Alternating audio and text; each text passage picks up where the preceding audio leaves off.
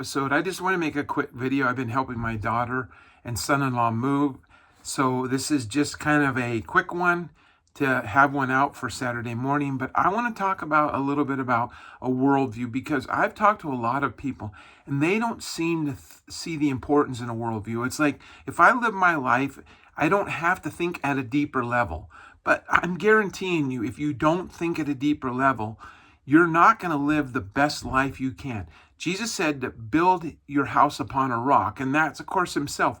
But Jesus is more than just his name and just his person. Jesus is the story of the Bible.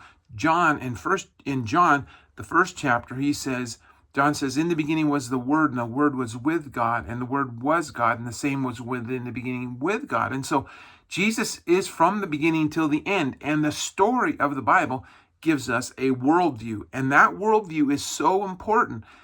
People live out their lives by a worldview, whether they recognize it or not. And so what we need to do is we need to ask ourselves the 4 questions and come to a cohesive answer. And I've asked many people this, and right away, they go, well, that's religious. No, it's not religious. It is what you believe about our world. And so it's not religious. And then people just either that, or they won't answer me. They won't give me an answer because they know that if they try to answer it, it's going to convict them. But the 4 questions is, why is there anything? Why is there a universe? Why does this world exist? And that's a question you need to think about, because it will make a difference in your life. And then, of course, in this world, what's our purpose? Why are we here? What's the meaning of life for us?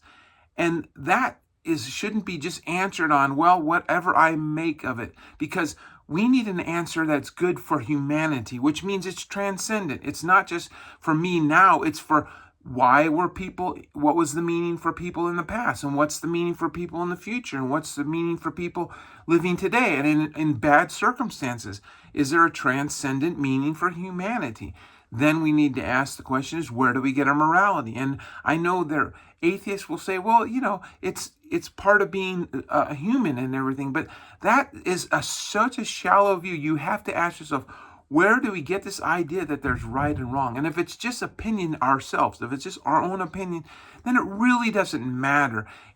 All that matters is maybe for us. But if our neighbor tries to do something we think is wrong, that's our opinion. But if there is a transcendent moral law, then there has to be a lawgiver. There has to be someone who establishes that. And I believe in Genesis chapter 1, when it says, and God created the light, that's what he did. The light is in contrast to darkness. Darkness is chaos, light is order.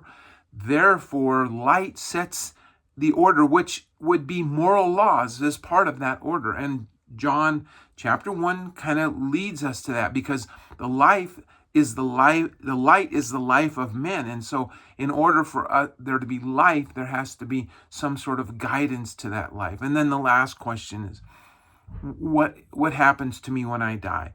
And if you just think, well, we just go into the ground, then ultimately there is no such thing as justice. If you could murder someone, if you could get away with killing people to make yourself rich, even if you get away with it for a time, even if you let's say you live out 20, 30 years in prosperity because you've robbed and stole from people and hurt them, and then you're found out and your life ends, still you had 20 or 30 years that other people wouldn't have. And when you die, there's no reconciliation. There's no justice for what you've done, unless you believe that there is a judgment at the end and there is a righteous God. So these 4 questions make up a worldview. And Genesis, well, the whole Bible as a whole answers these questions for us if you read it correctly. And it starts with a good understanding of Genesis, which I have a video, and I'll link to several of those in the descriptions.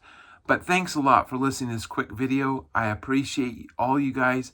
Hey, I would appreciate if you would subscribe to my YouTube channel, and also that you would like this video. It would help me out a lot. I appreciate it. I love you. God does too. Have a great day.